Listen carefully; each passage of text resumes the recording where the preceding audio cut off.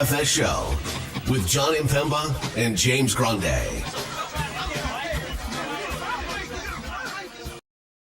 What is going on, FA Nation? John Impemba here with James Grande. Welcome into the Fantasy Alarm NBA DFS Playbook live show for Monday's 10-game main slate on DraftKings, starting at 7:30 p.m. Eastern Time, which also includes 5 games starting at 10 p.m. Eastern.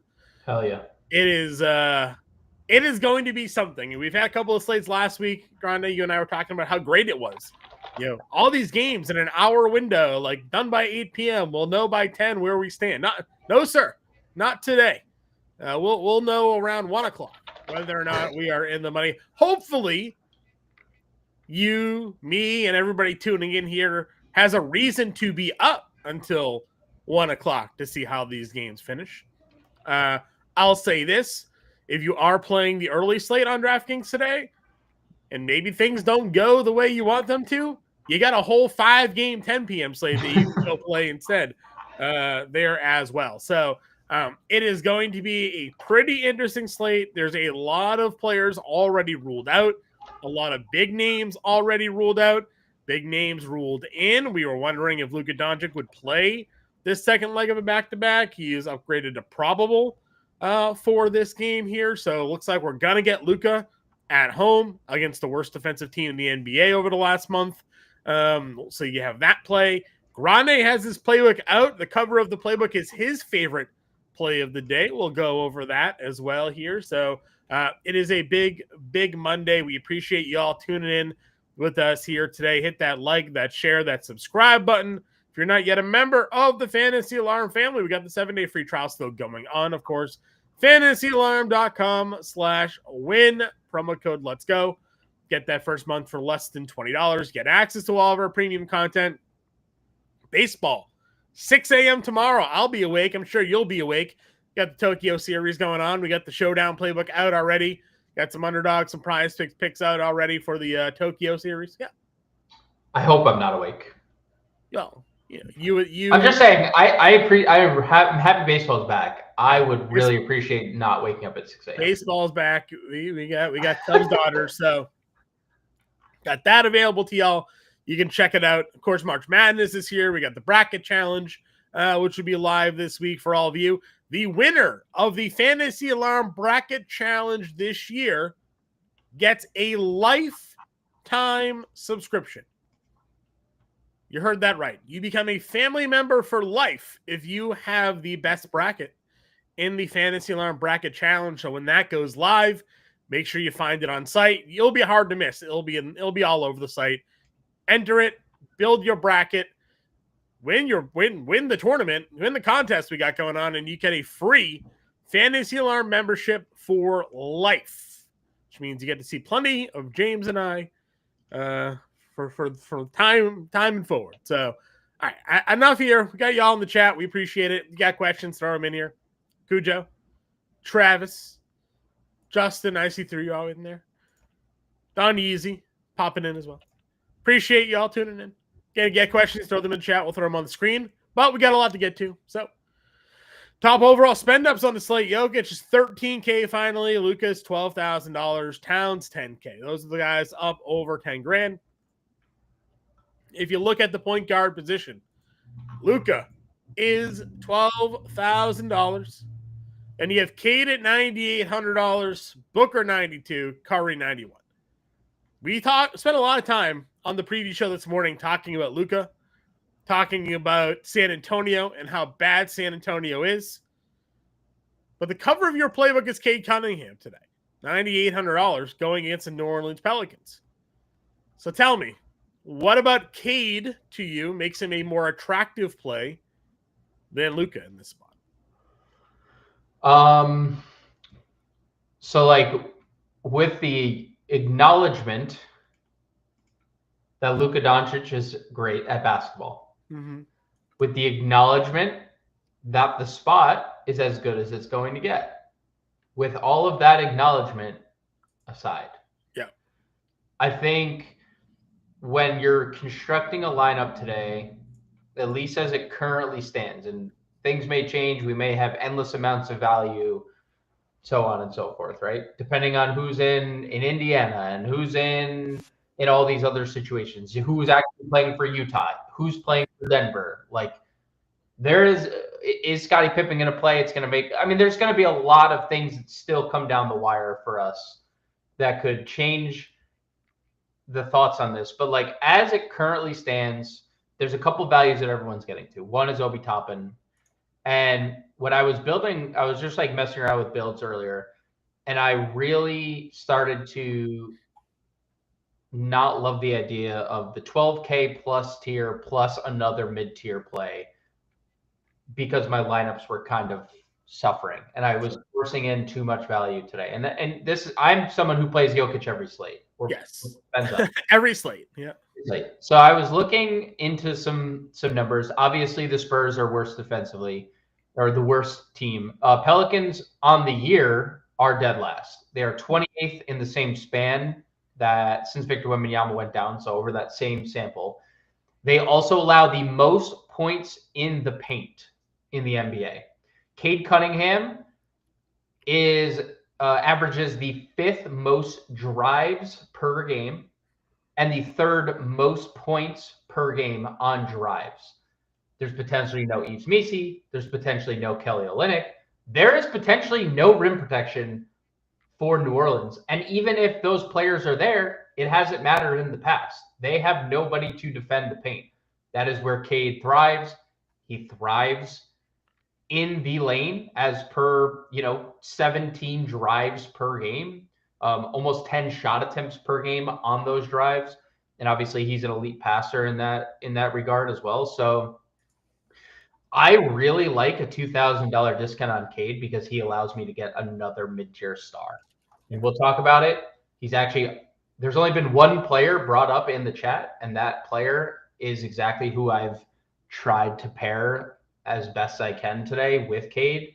But it is a really comfortable build, Cade plus. So I don't mind getting to Luka, but I do think that if Luka goes for 65 and Cade for 60 tonight, I win with Cade Cunningham at lower ownership. I was going to say, the ownership right now is obviously Team Luka, which we would have expected, yes, right? 100%. Like, 100%. Everything points to Luka Doncic being here. The last time, maybe he didn't play a chalky Luka Doncic. He went and scored 45 actual.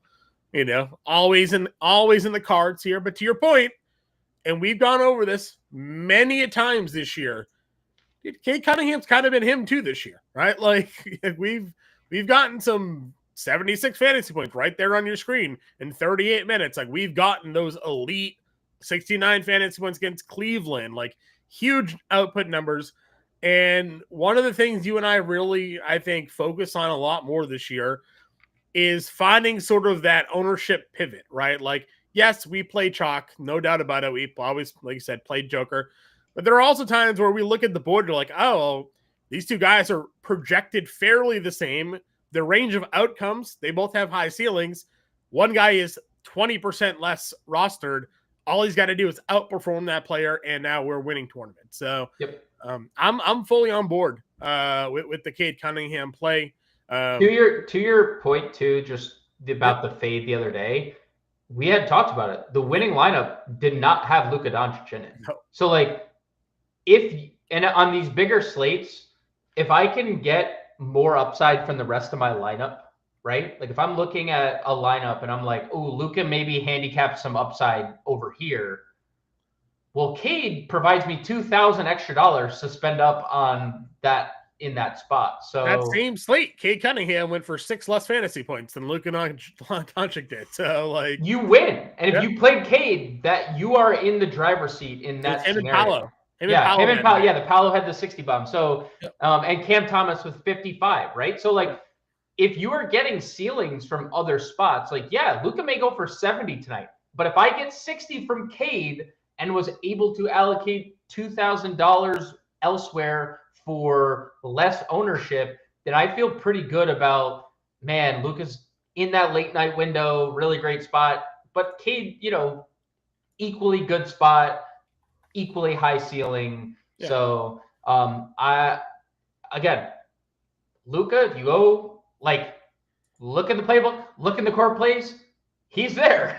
He's in both those sections. We're not saying to fade Yes. Luka Doncic tonight. Yes. I just, at the price points and the matchups and stuff, I don't see like a massive gap. And the one place that two places there's a gap is ownership and price. Right. So I love both, but tonight I'm saving the salary personally and going down to Cade. I like it. Work our way down again. Cade was there. We talked a little bit about it. Do you like Steph in this Golden State Denver matchup here today? $9,100 again. I assume. Well, we don't know. Lower back strain. He's questionable. It's 10 p.m., so we may not know well into the night whether or not he's playing or not. But if he is active, this is obviously also a good spot. We know how poor defensively Denver has played. We talked about Golden State being a home favorite here tonight as well. $9,100 Steph. Any interest there? Yeah, this is the front leg of a back-to-back. The writing feels like it's on the wall, right? Steph's been playing monster minutes, playing every night. Yeah. They're winning a whole bunch of games, have positioned themselves comfortably in the play-in. Denver has been terrible defensively. When you almost lose to a Luka LeBron-less Lakers and then outright lose at home to Washington, that is a really bad stretch of 2 games. Yeah. And I think there was a third game prior to that was awful. Oh, the Minnesota, they got waxed by Minnesota too. So yeah, I mean, you can definitely get to Steph in a tournament. We know what the ceiling is going to be. Matt, to your point, I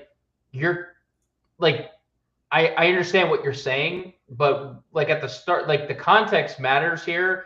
You're not playing Thomas Bryant if Miles Turner plays. So right. You are obviously just, that lineup is, yeah, sure.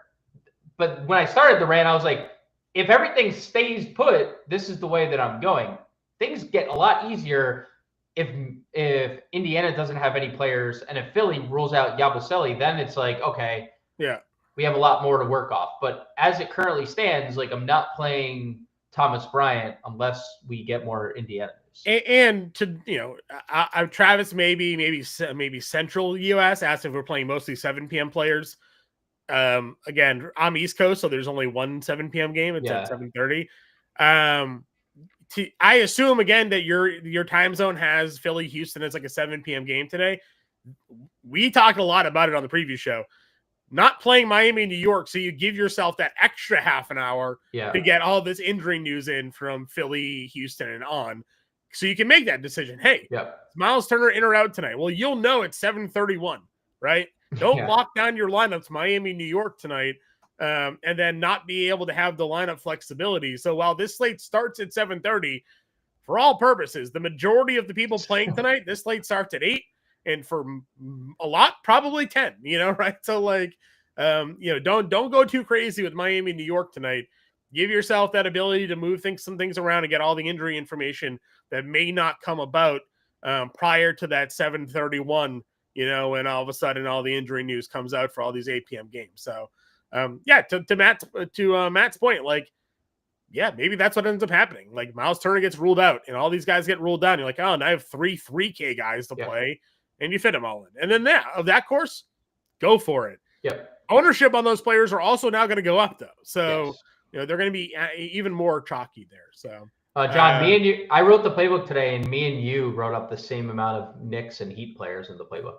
Yeah. We both, 0. Yep. Correct. Casey didn't make Reeves to get off the Luka chalk. Can't pivot. Reeves has been really good. He's been awesome. He has been. Yeah, he's in that next tier down. We'll hit him at shooting guard. Yep. The Prince asked what he missed. Well, he missed us basically going on a 6-minute rant on Cade Cunningham versus Luka Doncic. Yep. You can rewind to Prince and catch it if you want, or check out the playbook because you have access. You are a Fantasy Alarm subscriber, so you can read James's playbook and get his entire take on Cade Cunningham versus Luka in there. And Albert popping in saying hello.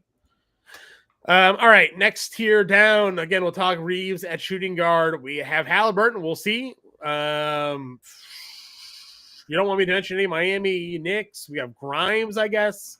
Monk. What do we think happens in this next range of plays? Where's your next point guard? I don't love a lot of it. Yeah.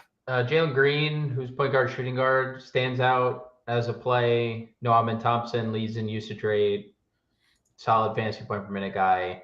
Obviously, if Jamal Murray plays and Jokic doesn't, he'd be great.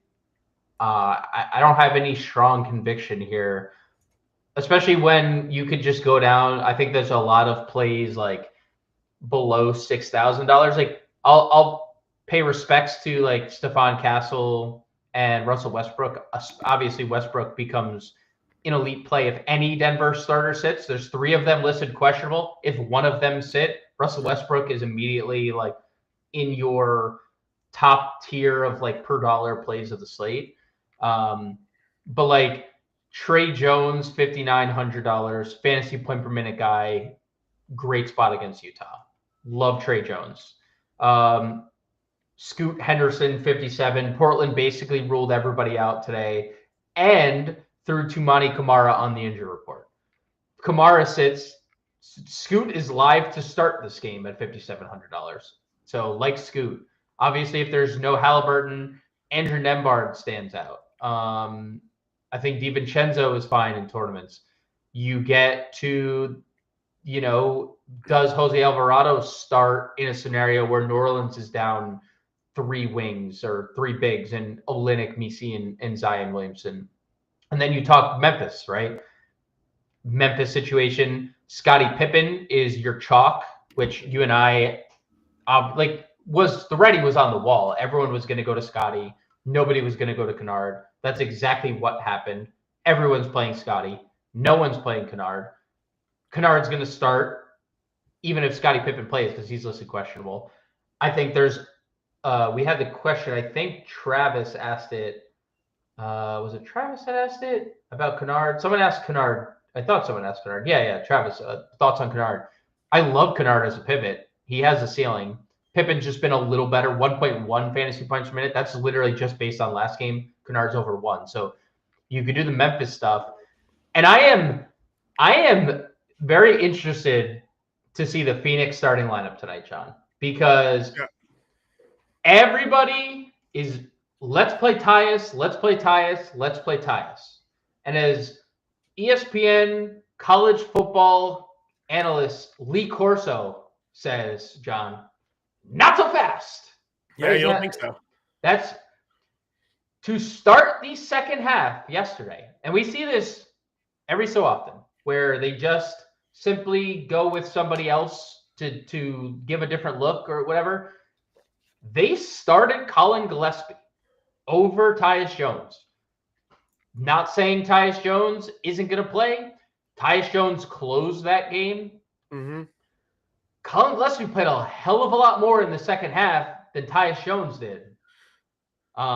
So started the third quarter, started the fourth quarter, played basically 14 minutes in the second half. So like if you're there was some overlap between him and Tyus too. So it's not like we're just looking at like 48-minute split. We could see a scenario where they're not, because Grayson Allen's also ruled out. But I do find it interesting how everyone just is running to play Tyus. If he starts, sure. Well, that's what it is. He has historically been the starter in this situation, right? So they're going what they know, maybe not what ends up being, though. And it's a 10 p.m. game, so you have the ability to put Tyus in your lineup and then pivot down to Gillespie. You can't build with Gillespie, have Tyus start, and then not have the money. Correct. I know. I agree. I'm not saying I disagree. I'm more so saying we have seen Gillespie into the rotation more. And even if Tyus starts, I am not sold on this like massive role in this game, because they're clearly playing Gillespie more and more and more and more. So I think it's just something to monitor. Am I completely in on Colin Gillespie? No. But I'm also a little skeptical on the whole Tyus thing, because 0.89 fantasy points per minute, like he's fine. I think we've gotten some pretty good games out of him previously, but I don't know what the minutes would look like. I would rather play Kennard for 200 more, especially if we know Kennard's starting. All right. Let's go on over to the shooting guard position here. Again, a lot of crossover with the positions, but you have Anthony Edwards at 93, you have Booker at 92, and Desmond Bane at $9,000. Austin Reeves at 89. Levine's 87. Hero and Grimes round out the 8K range. Doja, Desmond Bane, $9,000 coming off 53 fantasy points. You mentioned earlier, someone was mentioning in the chat that you were trying to get to. Also on the Memphis Grizzlies, but do you have an issue with Bane versus Triple J, or do you just prefer Triple J for a little bit cheaper in this matchup? I prefer Triple J. One, he's cheaper. Two, the numbers are just better. Better usage rate, better fantasy point per minute output without Ja Santi Aldama this year. So, like, I prefer him. Just the numbers tell me to prefer him as well. I also think Triple J's positional, like, Desmond Bane losing small forward eligibility kind of sucks for Desmond Bane. Like, he really handicaps us here. That he didn't earlier in the year. And I'm not saying I wouldn't. I like Desmond Bane. He played zero fourth quarter minutes the other day against Miami and had 50. Zero. He did not play a single fourth quarter minute and had a 50 bomb. Two assists shy of a triple double. And we've seen that a lot. Massive assist rate without Ja Morant. So, like, yeah, I like Bane. I like Booker. I like Edwards. I like Reeves. I don't think there's necessarily a wrong answer in that tier. I think they cannibalize each other. You don't see any of these guys getting any ownership. So if you want to play one of these four guys, Edwards is the only one in double figures in terms of ownership. Devin Booker has really good numbers. No Grayson Allen, no Yusuf Nurkic, no Bradley Beal this year. So, like, if I'm picking between Edwards, Booker, Bane, and Reeves, it's tough. I think they all look really good. All look really similar. I don't have a problem with any of them. If you want to get to any of them, there's no wrong answer there. And they're all at 10 p.m. And they're all at 10. And they're all at 10 p.m. Yeah. All right, let's work our way down the list here. Then, where are you with Grimes tonight at 8,100? There's just better plays. Okay. He's been good against Utah, Atlanta, Toronto, and Dallas. He's definitely been good. Okay. He was terrible against Boston. Yeah. He was good against Minnesota. Second leg of a back-to-back against Houston on the road seems like a terrible time. Especially when I could just play Kobe White for cheaper with better eligibility and gets Utah.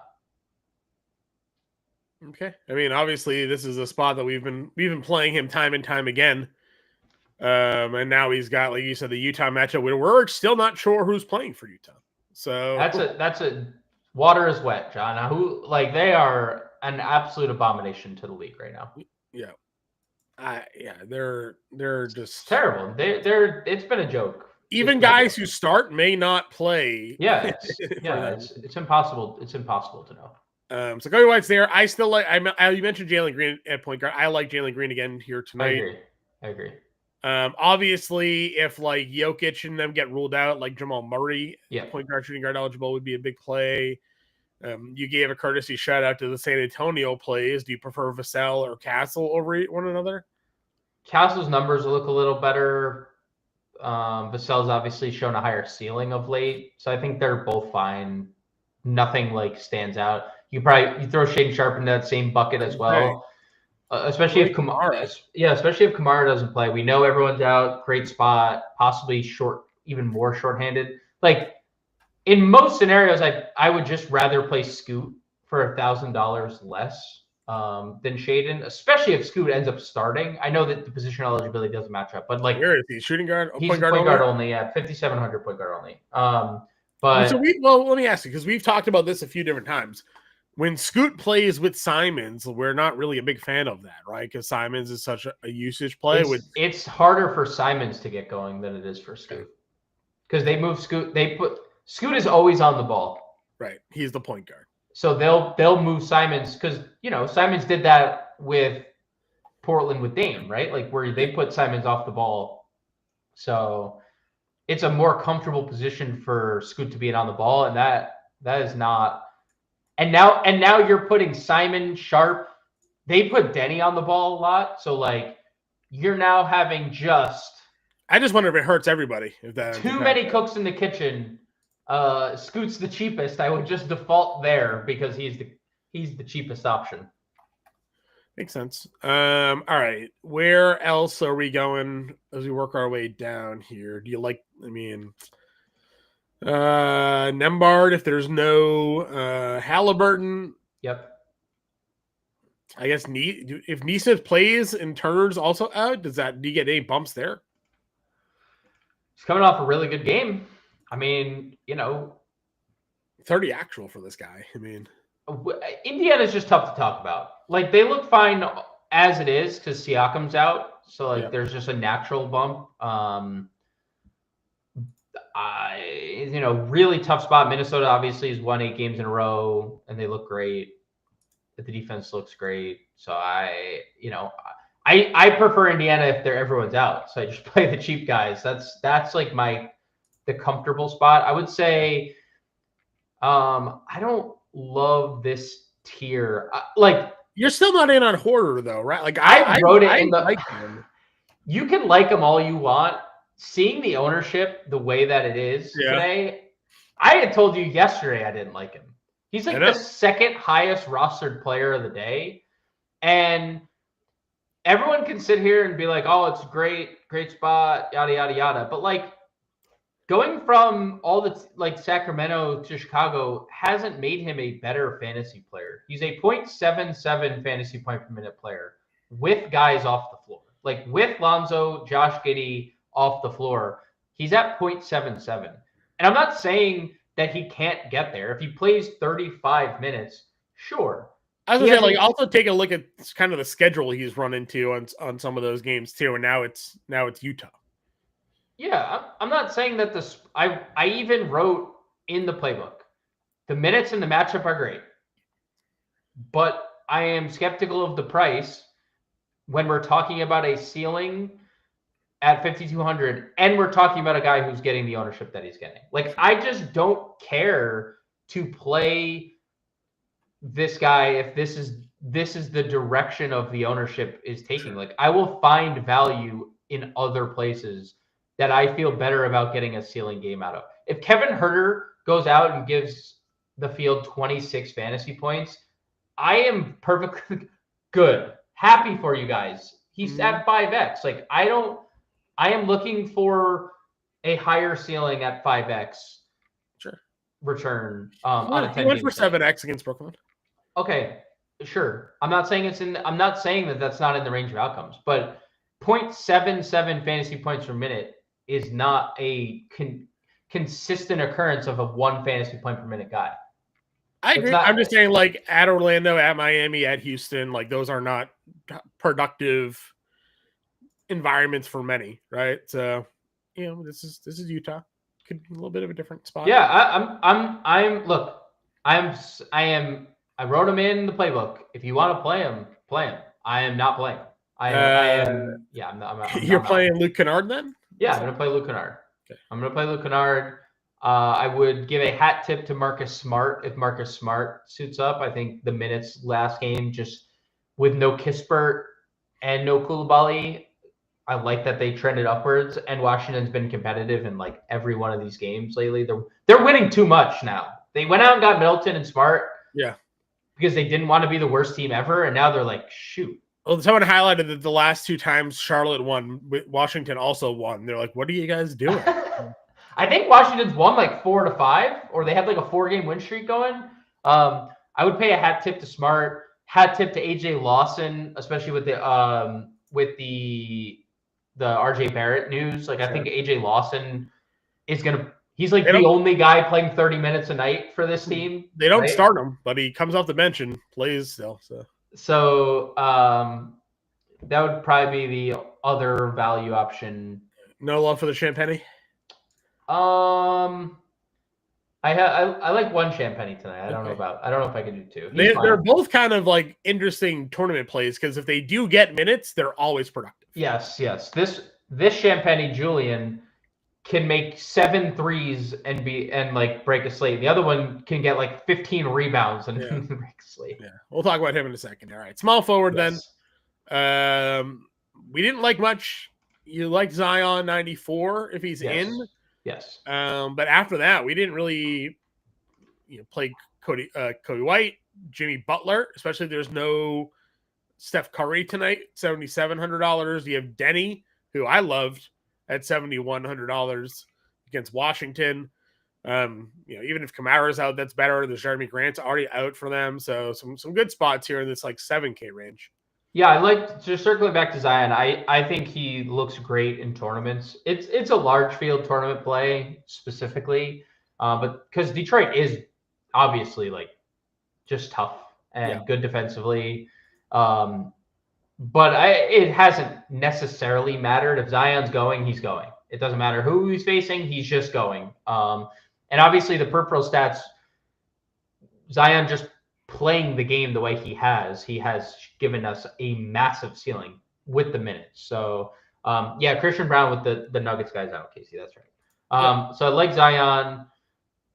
Interested that Scotty Barnes is not on the injury report, but I guess Toronto's watching what happened in Utah and OKC, and they can't rest Scotty with no injury. Right. Not playing him, just pointing out that obviously was a situation I expected him to sit in. I like the Jimmy shout. I don't love the quote he gave that he's like, when my time comes, my time will come. Because like he hasn't needed to, right? Like he's basically saying like, well, look at it, we're winning every game. I haven't needed to like, and we know his time is the playoffs. Classic Jimmy Butler. Yeah, and like we know like his playoffs pedigree and whatever. He's an all-time great playoff performer. Like that's just what it is. Yeah. If Steph is out, I like Jimmy. I like Jimmy with Steph. You'll get him at low ownership. But obviously there's like a really imbalanced kind of imbalance between his ceiling and his floor. Yeah. Denny is obviously really interesting because he was such a smash play on Sunday, barely shot, didn't take any shots, and then just like exploded in the second half. Like end of second quarter, end of fourth quarter, just absolute explosion, got you there. The price is still cheap. They're shorthanded. I'd go back to the Denny well. Really like that spot quite a bit. I agree. Let's see. Work our way down here. Any of this 6K tier for you? We mentioned someone mentioned Brown already, Michael Porter Jr. If the Denver guys are out, the other Julian Champagny, right? This is Justin Champagny. I'll never get him right. It's fine. Justin Champagny. It's not fine, but it's okay. Yeah, he's great. He looks great. He's played in blowout, played in competitive games. They're down Kispert, Koulibaly, a bunch of guys, possibly Smart. He's starting. There's a lot to like. He's over a fantasy point per minute with those guys off the floor this year, including some guys that they traded, Kuzma and whatnot. So, he's a really nice play. He's pretty popular today. I don't blame the field. Really surprising, though. Yeah, I don't blame the field for getting there. His ownership has definitely come down from the start of the day. But he's a very good play. There's a lot to like. Pencil in the double there. All right. Where are we going next? I like Keldon Johnson at 5K, but that's no surprise to anyone that listens to our show. We are Keldon Johnson stans in this neck of the woods. They just need to play him. They don't. It's not always like a thing that they do, but when he is extended, I like him. TBD on Indiana. Matherin would obviously stand out because he's also a guy that's played in a lot of blowout run before. Really high usage rate guy. Bruce Brown is going to start. That's just kind of what they've been doing. So you can go there. Doing anything with Toronto? Yeah. Agbaji played 25 minutes yesterday. took 15 shots. I don't actually hate that. Like, we were talking Jamison Battle yesterday. Yeah. And I just I know he fouled out. I would like to see that starting lineup before like fully commenting. We'll talk about their big men because with Jakob Poeltl out in a few, I think that's really like the primary spot that I'm targeting. But I do think Agbaji's okay. You know, I guess in the scenario that Wiggins doesn't play, he didn't go through shoot around this morning. He was getting treatment on his knee. That was the report. Jaime Jaquez would be like a slight hat tip. But I told you last night, and I have been grown more bullish on Ryan Dunn as the day has gone on, because I wasn't expecting to see the numbers that I looked at this morning. In these two games, Sean, Ryan Dunn had a 24 and a 26% usage rate. And that has not been Ryan Dunn at all. But if they're going to play him and he's going to get extended, and the only reason he didn't get extended yesterday was foul trouble, then Ryan Dunn's an elite value play in a good spot against Toronto, in a spot that he can continue to rack up stocks in. If you were to tell me that Ryan Dunn ended the night with a 20+% usage rate, I'd have him in, if I built 150 lineups, which I'm not, but if I were to, I'd have him in like 90% of my builds, because he's not a high usage guy that's getting the opportunity to be that. And they look good with they look better with him in the lineup than without. No Grayson Allen, no Bradley Beal. So like, this is a spot that I would much rather go to, like, if we're talking Phoenix value, like leverage the field on. If Tyus is going to be this popular play, and we're not even sure about what the minutes look like for Tyus Jones and between him and Gillespie, I'm confident if Ryan Dunn stays out of foul trouble, he's going to play 30 minutes. And if the shot volume is going to stay there, he's one of my favorite values of the day. So the ownership has crept up since we got the official word on Beal. You and I had been there all along, like not going to play. And then Grayson Allen solidified the wing room even more. Like, Dunn's minutes are just going to be there. So yeah, I am extremely bullish on Ryan Dunn. Right at his ownership is Patrick Williams too. Yeah. If you want to play Patrick Williams, small forward, power forward, the minutes are trending upwards as well. I would say I would like to know if there's going to be more minutes for Patrick Williams before I like committed to playing. You would just play Dunn, right? If there was a 24-minute cap, you would, at that same price, you would just play Ryan Dunn. I mean, just like the level of defensive numbers that you're getting out of him, and it's the matchup against Toronto is obviously. Yep. You're not guaranteed more shot attempts out of Patrick Williams than you've gotten out of Dunn over these last couple of games. I wouldn't really see a reason to necessarily go there unless a report came out today that was like, Patrick Williams has no cap. He'll play 35. And I'm like, all right, well then. John, Toronto, 27th in turnovers, by the way. They're actually tied for 28th. So, and that's like third most turnovers per game for Toronto. I like it. All right, power forward. KD is 97. Triple J is 84. You kind of commented already, or just trying to figure out ways to build with Jaren Jackson Jr. here tonight. Coming out 31 actual against Miami. Obviously kind of a tough spot in terms of pace and game flow, but they hung 125 on them, so it wasn't that big of a deal. Now they get Sacramento. You're in here today, huh? I am. Super low owned play. I don't understand it. I get like maybe the trepidation. Oh, Jaren Jackson's come back from an ankle injury and he's only had 30 and 43 fantasy points. Like, what's going on? Well, they got blown out and blew another team out, and he didn't have to close either game. And in one game that they blew him out, he scored 31, and they were just like, actually, Jaren, go take the rest of the night off. But 31% usage, 1.3 fantasy points a minute without Morant and Santi Aldama this year. So just stay out of foul trouble. Sacramento in the month of March is 23rd in defensive rating. They are absolutely in a free fall. That team didn't get better. I mean, whether it's Valanciunas or Sabonis, it doesn't get better defensively. They are not quality bigs on that end of the floor. So as long as Jaren Jackson stays out of foul trouble, I will gladly play him at 6% or sub 10, whatever he ends up, because usually like his ownership isn't going to change drastically. And like when you're looking at just like people in his price range, Like Anthony Edwards is getting more ownership, and Devin Booker's getting more ownership, and Austin Reeves is getting more ownership. So like, I don't think people are like, well, everyone's getting to Kobe White for a little cheaper. Like, I mean, like I'd be more almost inclined to play Denny, obviously at 71, but you can play him at small forward. Kind of all depends on your lineup builds, right? And if people are spending up for Luka at 12K, they don't necessarily have the salary to spend exactly $400 for Jaren Jackson Jr. Yeah, it's exactly it. So like, I have been just more contrarian today than than the field, and Sure. I'm not saying that chalk plays are bad either. Like I think that there's plenty of chalk that's really good. I like your Denny call. We're gonna get to Tari Eason. There's no like.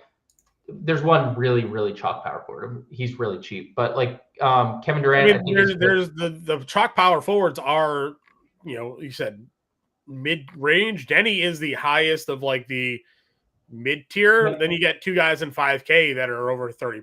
So like, and then the chalk of the day is sub 4. But I like Durant.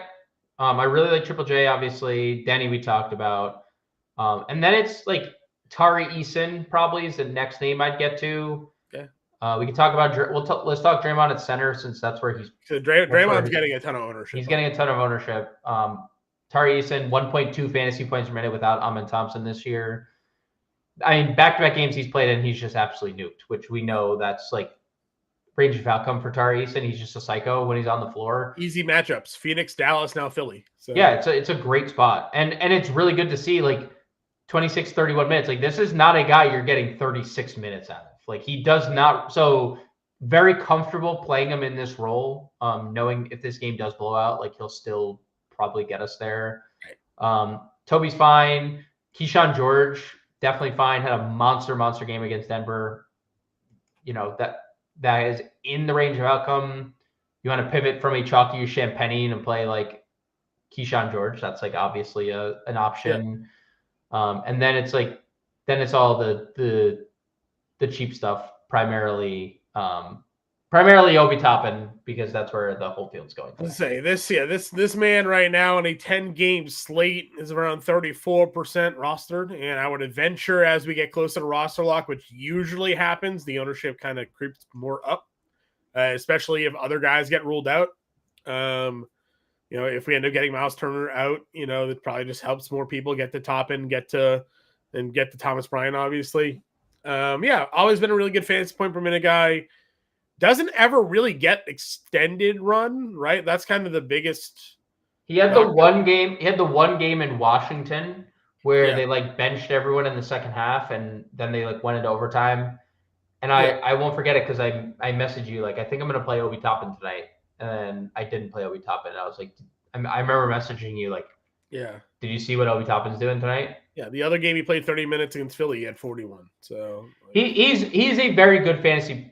For those thinking he's going to start, I have a hard time believing he starts because unless everyone's out, then he starts. But any game he's played over 30 minutes this year, he's had 35 or more fantasy points. I mean, dude, he's just a really quality fantasy player. He just is in a situation that doesn't allow it. Does the Minnesota matchup though, like, worry you at all? I mean, like, no, he's cheap. He's cheap enough for it. Right. He's cheap enough. Okay. Anything else? Anything else? We'll play down here. We had the O'Shea Brissett comment earlier. Like, if Yabusele gets ruled out, okay. Not that I'm okay with it. I mean, he's hitting shots, which has really fueled his production here. I'm curious to see what they would do if Alex Reese were to start or if O'Shea Brissett would start at center. That would, they don't have Chuma Okeke in the player pool, but he's also, I guess, a third option to start at center. They signed him to a 10-day yesterday, and then he played that same day. So, like, if in a scenario that Yabusele gets ruled out and O'Shea Brissett is starting, then it's probably worth a consideration. But I'm not going into the slate with O'Shea Brissett in my player pool unless we find out he's starting. Yep. Okay. All right. Center. Jokic is $13,000. Obviously, if you're not spending up $12K for Luka, Is this the rare slate where you don't play Nikola Jokic here? Okay, hold on. Yeah. I would spend up for Luka. I didn't say you wouldn't. I just said you're not. I also would spend up for Jokic. Because he's 11%. He's getting less ownership than Cade. He's getting way less ownership than Luka tonight. He is the cheapest ownership-wise, the lowest rostered of the top 3 spend-ups. And probably lowest he's been all year. Probably the lowest ownership all year. Yeah, coming off 76 fantasy points. Like, this is a brutal time to be alive for me because I play Jokic every slate. It almost feels like a night you might have to play 2 lineups. I know you don't. I know you play 1. But like he's obviously a great play. So if you can find the salary, if he plays, and I think he does because he typically does, but we mentioned on the previous show, it is worth noting that he is questionable, and this is a guy that usually is going to play through everything. Yeah, I mean, he's as good as it gets. If you want to play him, you can play him. Anthony's calling a triple-double for Karl Anthony Towns tonight. Anthony, let's bet that I'll take the no, and then you take the yes, so we can bet. We can do a friendly wager. It'd be quite a turnaround for him, who hasn't had more than 4 assists in any of these last 5 games. So, I think a Knicks stack. I think the Knicks stack stinks. Anthony, lock it in the 7:30 game tonight on a 10-game slate. I think stacking the Knicks stinks. Your only case is that all 5 starters get 40 minutes, which is possible. But I don't think Towns is a bad play. No, I don't think he's a bad play. But I also don't think he's a good play. Sure. I think he's just a play. Yeah, I think he could go for 60 fantasy points. It wouldn't shock me. Would not shock me if he had 60. Correct. Yeah, would not. On this type of slate, when it's the first game that locks and there's 9 games after it, including games where we're waiting on ownership for value and things like that, I just don't see a need to lock in multiple spots. I mentioned I sort of mentioned OG on the preview show, but Grounding was getting mad at me, so I just didn't want to talk. We didn't go deep into it. I too think OG could be okay at $7,000 tonight. He's obviously been playing really well.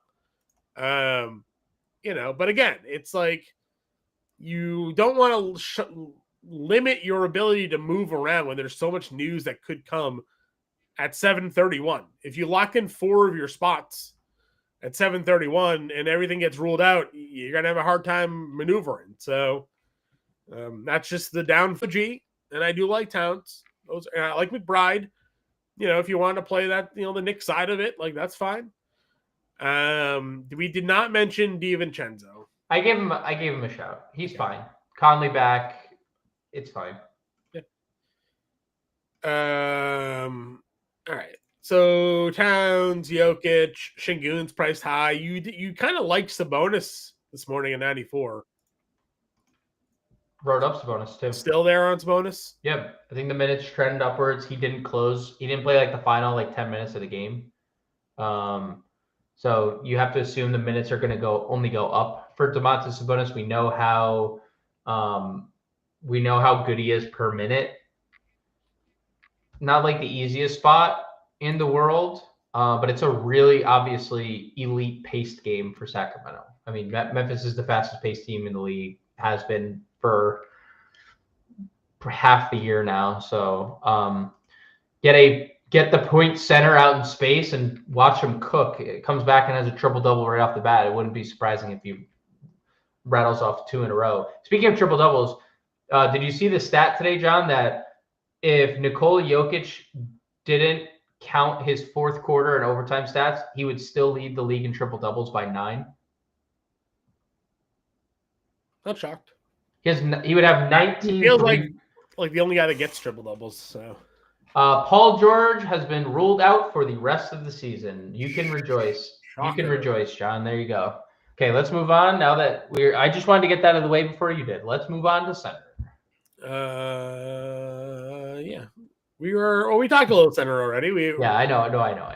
Jalen Duren, 6,800. You mentioned New Orleans struggles of paint defense, so and they allow the most second chance points in the NBA. Feels like a good bounce back spot here. Feels like a really good spot for Jalen Duren. Yeah, for sure. I mean, depending on what Utah does, we'd go Filipowski, Sarr. Again, the other side of that Portland matchup at 65, coming off of his ceiling game. Yep. Draymond's where your current chalk is. If Miles Turner got ruled out, that would change. Everybody would just play Thomas Bryant for min price. But talk to me. Why are we getting so much Draymond love tonight? I mean, the minutes are great. The fantasy production's been there, and we're getting a pretty significant price drop. So bad Denver defense. Minutes are quality. We're going to get low 30s minutes. He's been a fantasy point per minute guy with all the guys that they've traded and or out, including mostly Brandon Podziemski. So at a fantasy point per minute, if Draymond projects for 32 to 34 minutes, which has obviously been in the range of outcomes lately, I think that that's a reasonable projection, like 32, 33, 34 fantasy points. And at obviously 5,900, that's super good. Yep. Klingon's also getting some ownership love because Portland's so shorthanded today. Travis mentioning Moses Moody. Did we talk Moody briefly? Or no, but he's fine. He's been playing. He's going to play a lot of. He's playing a lot of minutes without Podziemski. Sure. Anthony, we definitely like Kobe White tonight. I am a little bit more on Team Hoarder than Grande is, but Kobe White for sure. I would probably rank amongst the Bulls. I'd probably rank Kevin Huerter 14th. No, I like Trey Jones and Kobe White are my two favorite Bulls. Yeah, Trey Jones is fine. Jordan, Michael Porter Jr. is good. Obviously, we want more people to be ruled out for Denver for him to get maximized shot upside. Straight Cash Homie says Chalk Orlando Robinson already ruled out Jakob Poeltl for tonight. Yeah, he looks good, dude. He looks good. He's your boy from the Miami days, you know. He looks, dude. It looks good. I know. Get him out of this Kings jersey. Get him back in the Miami colors where he was really thriving. He's looked great outside of yesterday, and now there's no Jakob Poeltl. I can't definitively tell you what Toronto's going to do day to day, right? They just straight up DMP Jonathan Mobo yesterday. Is our audio glitching? Justin mentioning their audio is glitching, and then Coach Chris said, "Is it me?" I don't know. I hear you perfectly fine. I hear you perfectly fine. All right. Well, let us know if you guys keep hearing the blips. Again, as you know, if you've paid attention to the morning show, occasionally this little streaming platform we use has some audio glitches there. So hopefully not. It is raining outside my house, so could be me, but my internet connection seems good. So I don't know. Yeah, mine does too. And I hear you perfectly fine. So I don't know. No. Sorry, guys. Yeah, sorry. Orlando Robinson looks great. Again, I don't know if he's going to start. I'd assume he does. They could go Castleton. Darko could just say, Jonathan Mobo, you're back in the game, right? And he's starting. Now, there's a lot of different direction that they could. But he looks really good. Phoenix, not really going traditional. I mean, they're playing like a three-headed monster. They're playing Iguodala, Richards. I don't know why Nick Richards is getting so much ownership. Well, they play him sometimes. So sometimes. It's really not a lot because he came back. He played yesterday and he didn't really play. What about New Orleans here? We didn't obviously dive too deep into their situation, but like if they're without like Olynyk and me, like do we go back? We play Carlo at 49? Yeah, Matt Kovic is good, and you can say the same thing about like whoever is in, right? Like if it's Olynyk and Zion out, I would play Misi, or if Misi is out and Zion's out, I'd play Olynyk, right? If they're all out, I play Matt Kovic. Like I think they're all in similar spots. If they're all in, Matt Kovic can I'll catch him next slate. He can take the slate off, buddy. I won't play you in my lineup. Any other value? Yeah, City is saying Orlando. We definitely like Orlando Robinson, as we've mentioned there. Anybody else at center? Just waiting on the Thomas Bryant news, I guess, right? Yeah. Klingon. We didn't mention Donovan Klingon, 58. Sure. I like Donovan Klingon. Wrote him up today. Yeah, we had a question on who we like for Portland from City earlier. All of them. I like Denny a lot, though. Denny would be my one plug, I think. Portland. Let's see. I wrote up today Denny and Klingon. I think I would increase my likeness of them. If Tumani Kamara's out, I would definitely get Scoot in there. I would possibly even consider like a Delano Banton type player too. Mm-hmm. But we'll see about what news comes out with Tumani Kamara there. All right, let's get a lineup going because apparently our audio keeps cutting in and out, and people are only here for the lineup anyway. So, all right, we're going Cade, no doubt. That's cover your playbook. Where's your values for the day today? Ryan Dunn. Guess that one makes sense. Dunn and Toppin. Small forward, power forward. Next. Got Denny in there. We'll get Denny in there. Denny and maybe Champagny. Denny, Champagny, bars. Go there. Dunn and shooting guard. Get Kobe White. Yeah. Champagny. This one. I'm going to move all this around. Kobe White. I think we're good. We got 10 p.m. games down there. We're good. Okay. Center in a guard. Rob. Orlando Robinson. 7,500. A little bit of a dead spot for us here.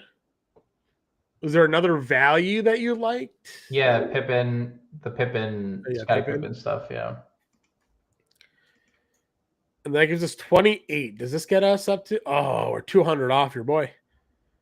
200 off my boy. Oh, triple J. You could let's see. You played Scotty. Who did you remove before Scotty? Nobody, I think. Oh yeah, we didn't have a guard. We had Champagny. That was who it was. Yeah, Champagny I got rid of.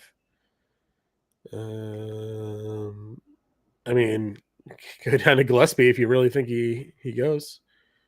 Or play Tyus and pivot to Gillespie. Yeah, we could do that. $200. Not my favorite idea, but we don't have to keep Triple J. We can go back to Pippen here. I know you liked him, but we didn't have to go there. Yeah, do Pippen, and then we'll. Is that Butler? Jalen Green. I'm good with Jalen Green. I like Green. Probably just have to. You're just gonna. It's just a crappy. We just have so much early exposure. It's fine though. All right. Example lineup for everybody here. Cade Cunningham, Kobe White, Denny Avdia, Obi Toppin, Orlando Robinson, Scottie Pippen, Ryan Dunn, Jalen Green. $600 left over. Remember, 7:30 roster lock, but really, rest of the slate starts at 8 and 5 games at 10. So leave yourself some room and pay attention to the injury news that comes out. If you're a member of the Fanstar family, we'll be in the Discord to update you guys as well as that news comes. We appreciate y'all tuning in. We'll be back with a preview show a little bit later on today. Good luck tonight. We'll catch you later.